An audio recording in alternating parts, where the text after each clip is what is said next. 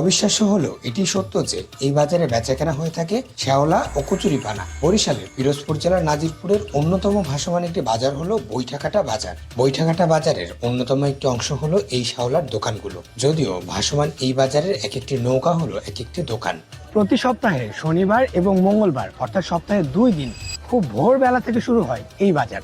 মূলত আশেপাশের জমিগুলো থেকে সংগ্রহ করা হয় এসব পানা, তারপর সেগুলো সংগ্রহ করে বিক্রি করা হয় এই বাজারে।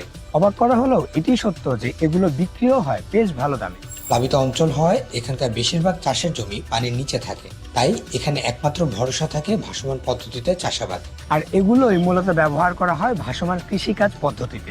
ভাসমান চাষের ক্ষেত্রে এসব কচুরিপানা ট্যাপাপানা দিয়েই বানানো হয় ভাসমান বেড। এরপর সেসব বেডেই লাগানো হয় গাছের চারা। এছাড়া বিক্রি হওয়া ট্যাপাপানা দুলালিলতা দিয়ে পেঁচিয়ে গ্রামের মহিলারা বানিয়ে থাকেন মেদা, আর সেসব মেদাতেই চারা জন্মানোর জন্য রোপণ করা হয় গাছের বীজ। আর এভাবেই শেওলা ও পানা বিক্রি করে অর্থ উপার্জন করছেন এখানকার ব্যবসায়ীরা।